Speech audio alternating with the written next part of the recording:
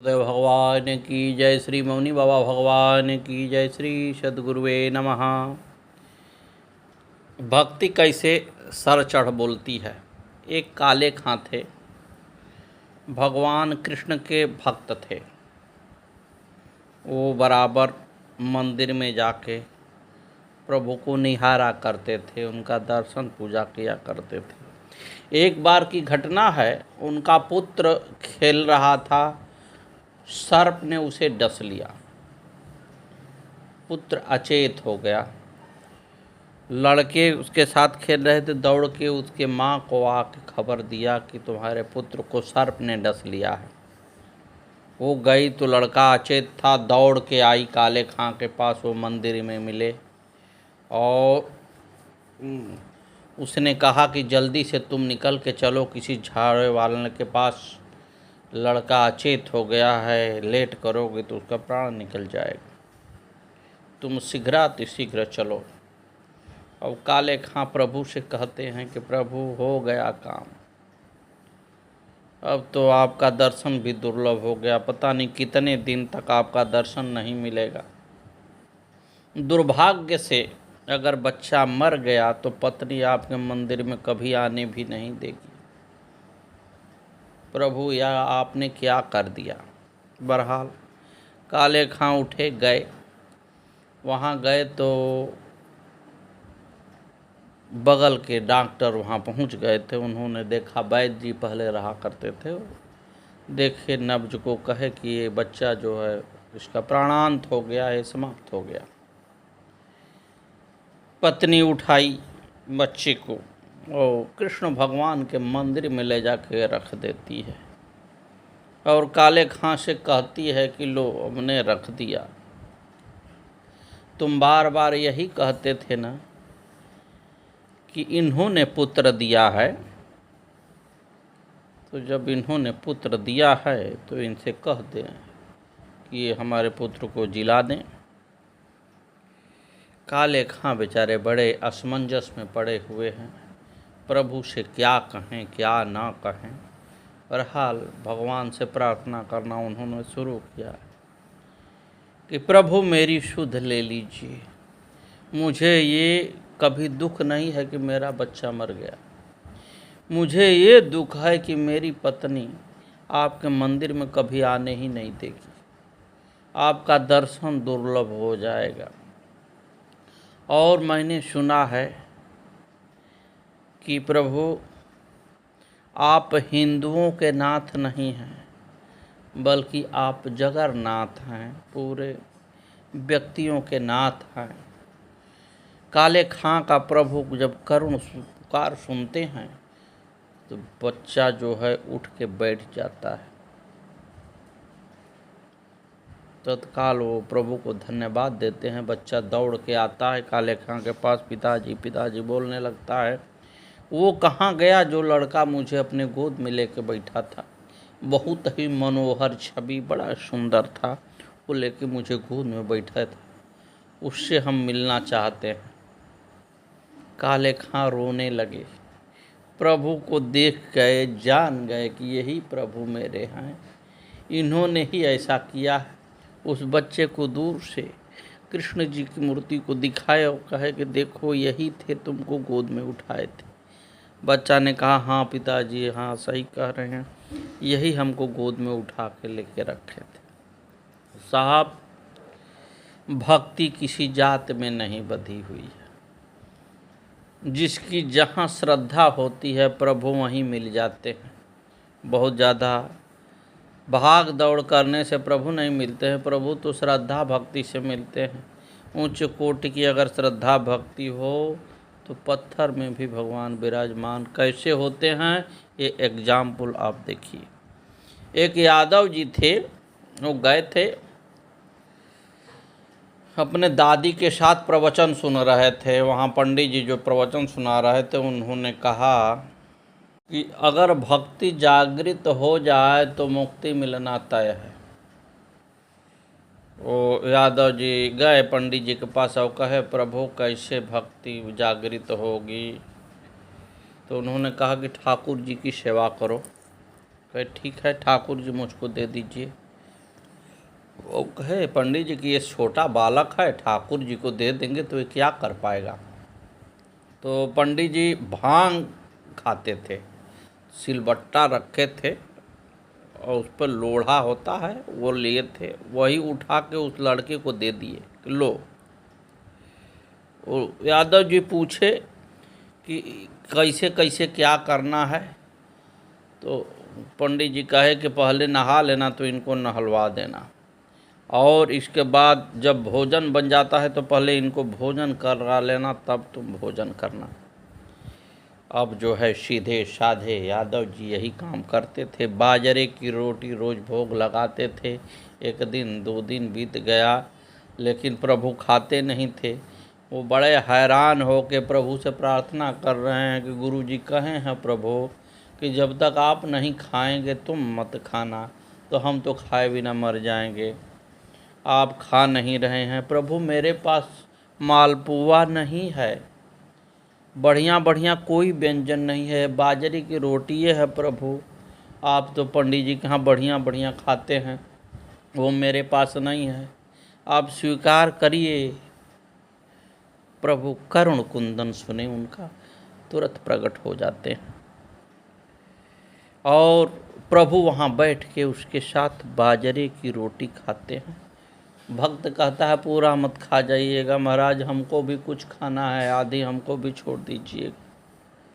साहब भक्ति इसे कहते हैं, और ये भक्ति जिसको प्राप्त हो जाती है और कुछ मिलना शेष नहीं रह जाता। गुरुदेव भगवान की जय। श्रीमान, मैं ये प्रयास करता हूँ कि मेरे किसी बात से आप सभी रीझ के और भक्ति मार्ग में प्रवेश कर जाएं। यही मेरा बराबर प्रयास रहता है। इसी तरह की कुछ कथाएं, कुछ किंवदंतियाँ बताते रहते हैं जिससे भक्ति आप सभी की पुष्ट हो, साथ साथ मुझे भी भक्ति का बल मिले। हे सुब्रत, मेरी संपूर्ण पूजा हल्लेखा ह्रीं मंत्र से संपन्न करनी चाहिए, क्योंकि यह हल्लेखा सभी मंत्रों की परम नायिका कही गई है। हल्लेखा रूपी दर्पण में मैं निरंतर प्रतिबिंबित होती रहती हूँ, अतः हल्लेखा मंत्रों के द्वारा मुझे अर्पित किया गया पदार्थ सभी मंत्रों के द्वारा अर्पित किया गया समझा जाना चाहिए। भूषण आदि सामग्री से गुरु की विधिवत पूजा करके अपने को कृतकृत समझना चाहिए। जो मनुष्य इस प्रकार मुझ श्रीमद् वन सुंदरी भगवती की पूजा करता है, उसके लिए कोई भी वस्तु किसी भी समय में कहीं भी दुर्लभ नहीं है। देहावसान होने पर वह निश्चित ही मेरे मणिद्वीप में पहुंच जाता है। उसे देवी का ही स्वरूप समझना चाहिए। देवता भी उसे नित्य प्रणाम करते हैं। हे राजन, इस गीता शास्त्र का उपदेय दुष्ट अभक्त को नहीं देना चाहिए, ये मेरे श्रद्धालु भक्त को ही देना चाहिए। श्राद्ध के समय ब्राह्मण के समीप जो इसका पाठ करता है, उसके पिता तृप्त होकर परम पद को प्राप्त कर लेते हैं। व्यास जी कहने लगे, हे जन्मेजय, तदंतर वह देवी हेमवती हिमालय के यहाँ गौरी नाम से उत्पन्न हुई। बाद में वे शंकर जी को प्रदान कर दी गई। तत्पश्चात उनके कार्तिक पुत्र द्वारा तारकासुर का वध कर दिया गया। व्यास जी कहने लगे, हे जन्मेजय, इस प्रकार मैंने तुमको यह दुर्लभ आख्यान श्रवण करा दिया। गौरी उत्पत्ति का यह प्रसंग सभी मनोकामनाओं की पूर्ति करने वाला है। आपने जो पूछा था, मैंने वह प्रसंग संक्षेप में आपको श्रवण कराया है। जन्मेजय बोले, हे विप्रसे, जिस ध्यान से उन भगवती के सूक्ष्म स्वरूप में बुद्धि स्थिर हो जाए, वह सब मुझे बताइए, जिससे मैं कल्याण को प्राप्त हो जाऊं। व्यास जी बोले, हे राजन, सुनिए, अब देवी की उत्तम आराधना के विषय में कह रहा हूँ, जिसे करने अथवा सुनने से भी मनुष्य इस लोक में कल्याण प्राप्त कर लेता है। हे राजन, यही प्रश्न नारद जी ने योगाचार्य के प्रवर्तक नारायण से पूछा था। उन्होंने जो नारद जी को सुनाया था, वही मैं तुमको सुना रहा हूँ। नारद जी बोले, हे देव, हे महादेव, हे पुराण पुरुषोत्तम, हे जगदाधार, हे सर्वज्ञ, हे ग्लायनीय, हे विपुल सद्गुणों से संपन्न इस जगत का जो आदि तत्व है उसे आप यथेष्ट रूप से मुझे समझाइए। यह जगत किससे उत्पन्न होता है, किससे इसकी रक्षा होती है, किसके द्वारा इसका संहार होता है, किस समय सभी कर्मों का फल उदित होता है तथा किस ज्ञान के हो जाने पर इस मोहमयी माया का नाश हो जाता है। हे देव, किस पूजा से, किस जप और किस ध्यान से अंधकार में सूर्योदय की भांति अपने हृदय कमल में प्रकाश उत्पन्न होता है। श्री नारायण बोले, अब मैं भगवती के सिद्ध ऋषि पूजित स्वरूप का वर्णन करूँगा, जो स्मरण करने वालों के सभी पापों का नाश करने वाला तथा उन्हें मोक्ष प्रदान करने वाला है। ब्रह्मा के पुत्र तथा शतरूपा के पति स्वयंभू मनु आदि मनु हैं। उन प्रतापी तथा श्रीमान मनु को समस्त मनवंतरों का अधिपति कहा गया है। एक समय ब्रह्मा जी ने मनु महाराज से कहा, हे पुत्र, प्रजा सृष्टि के कार्य को सिद्ध करने के निमित्त तुमको माँ दुर्गा की आराधना करनी चाहिए। ब्रह्मा जी का ऐसा कहने पर ऐश्वर्यशाली स्वयंभू मनु अपनी तपस्या से जगत की योनि रूपा भगवती को प्रसन्न करने को उनकी स्तुति करने लगे। नमो नमस्ते देवेशी जगत्कार कारणहे शंख चक्र गदा हस्ते नारायण हृदाश्रिते वेदमूर्ति जगत माता कारण स्थान रूपिणी वेदत्रय प्रमाणज्ञ सर्वदेवनुते शिवे महेश्वरी महाभागे महामाये महोदये महादेव प्रियावासे महादेव प्रियंकरी गोपेन्द्रस्य प्रिय ज्येष्ठे महानंदे महोत्सवे महामारी भयहरे नमो देवादि पूजिते है। मन बोले, जगत के कारणों की भी कारण नारायण के हृदय में विराजमान तथा हाथों में शंख चक्र गदा धारण करने वाली हे देवेश्वरी, आपको बारंबार नमस्कार है। वेद मूर्ति रूपिणी जगत जननी कर्ण स्थान स्वरूपा तीनों वेदों के प्रमाण जानने वाली समस्त देवों द्वारा नमस्कृत कल्याणमयी परमेश्वरी परम भाग्यशालिनी अनंत माया से संपन्न महान अभ्युदय वाली महादेव की प्रिय आवास रूपिणी महादेव का प्रिय करने वाली गोपेंद्र की प्रिया श्रेष्ठा महान आनंद स्वरूपिणी महोत्सवा महामारी के भय का नाश करने वाली तथा देवता आदि के द्वारा पूजित हे भगवती, आपको नमस्कार है। मधुकैटभ के अत्याचारों से भयभीत ब्रह्मा द्वारा स्तुति करने पर उस दैत्य के भय से त्रस्त त्रिलोकी को मुक्त कराने वाली जगत माता, आपको नमस्कार है।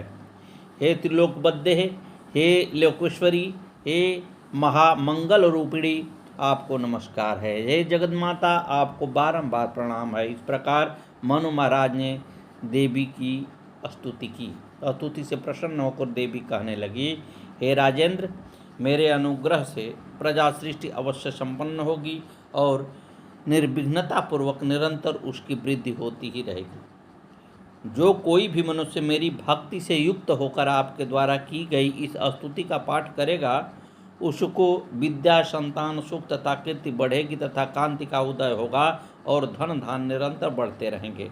हे राजन, उन मनुष्यों की शक्ति कभी निष्फल नहीं होगी, सर्वत्र उनका विजय होगा, उनके शत्रुओं का नाश होगा और वे सदा सुखी रहेंगे। इस प्रकार से स्वयंभू व मनु को वरदान देकर के उनके देखते देखते भगवती अंतर्धान हो गई।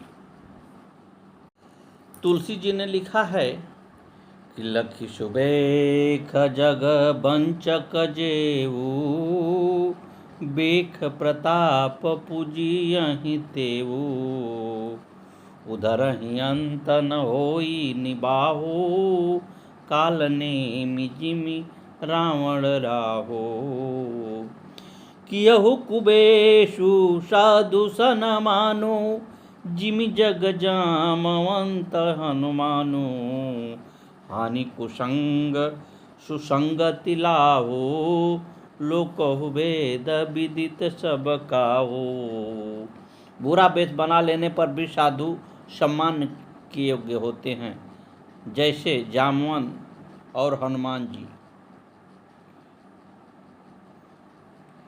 गगन चढ़ाई रज पवन प्रसंगा, कीचय मिलई नीच जल गंगा। संगा साधु असाधु सदन सुख सारी, सुमिरहि राम देग निगारी। पवन के संग से धूल आकाश में चढ़ जाती है और वहीं नीचे जल के संग से कीचड़ में मिल जाती है। साधु के घर का तोता राम राम बोलता है, असाधु का तोता गाली देता है। धूम कुसंगति कारिख होई, लिखिय पुराण मंजुमसि सोई। सोई जलयनल अनिल संघाता, होई जलद जग जीवन दाता। ग्रह भेखज जल पवन पट, पाई कुजोग सुजोग। होई कुवस्तु सुवस्तु जग, लखहि सुलक्षण लोक। सम प्रकाश तम पाख दुई, नाम भेद विधि किन्ह। शशि शोषक पोषक समुझी, जग जस अपजस दिन।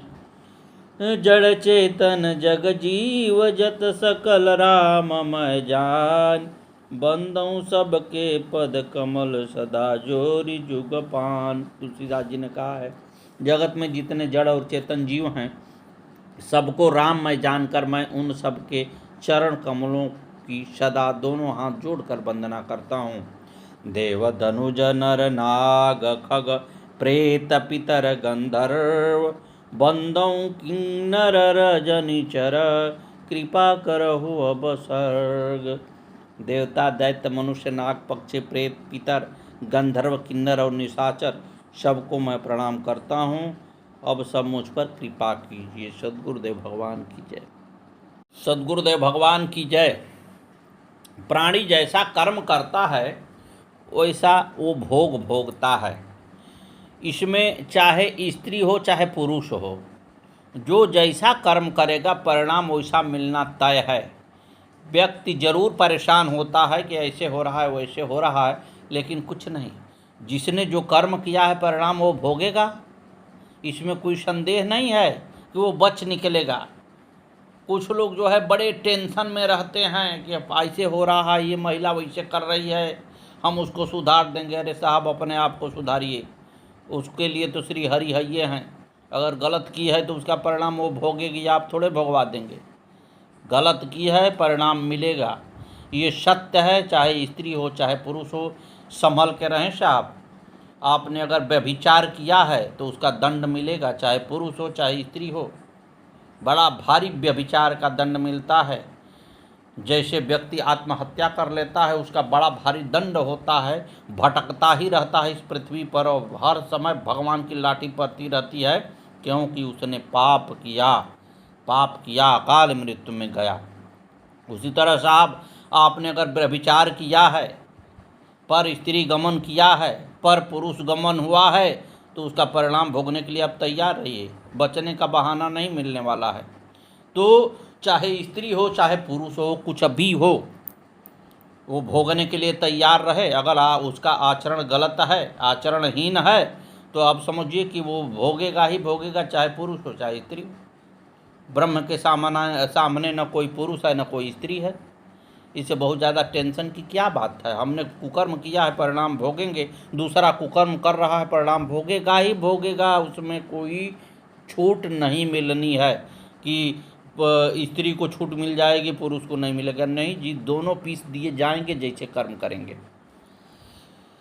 श्री नारायण बोले, हे परंतप, मनु एवं मारीच आदि श्रेष्ठ मुनियों के द्वारा चारों ओर से घिरे हुए उन पद्मयोनि ब्रह्मा जी के मन में अनेक प्रकार के विचार उत्पन्न हो रहे थे। हे अनक, इस प्रकार ध्यान करते हुए उन ब्रह्मा जी की नासिका के उग्र भाग से अंगुष्ठ मात्र परिणाम वाला एक 12 शिशु सहसा प्रकट हो गया। उस समय ब्रह्मा जी मारीच आदि ऋषियों के साथ बैठे हुए थे। क्षण भर में वह 12 पर्वताकार हो गया और त्रिलोक को भयभीत करते हुए गर्जना करने लगा। उनको ब्रह्म स्वरूप जानकर ब्रह्मादि सभी देव और ऋषियों ने ऋक्, साम और अथर्व वेद के मंत्रों से वाराह भगवान की स्तुति की। उस स्तुति को सुनकर के वाराह भगवान ने कृपा दृष्टि से देख करके देवता को अनुग्रहित किया और अगाध जलराशि में प्रवेश कर गए। उस समय अगाध जल के भीतर प्रविष्ट तथा सभी प्राणियों को आश्रय देने वाली उस पृथ्वी को देव देवस्य श्री हरि ने अपनी दाढ़ी में उठा लिया। उस पृथ्वी को अपनी दाढ़ी पर रखे हुए यज्ञेश्वर तथा यज्ञ पुरुष भगवान श्री हरि ऐसे सुशोभित हो रहे हैं मानो कोई दिग्गज कमलिनी को अपने दांतों में उठा रखा हो। अपनी दाढ़ पर पृथ्वी को उठाए हुए उन देवेश्वर को देखकर स्वराट मनु सहित देवाधिदेव ब्रह्मा उनकी स्तुति करने लगे।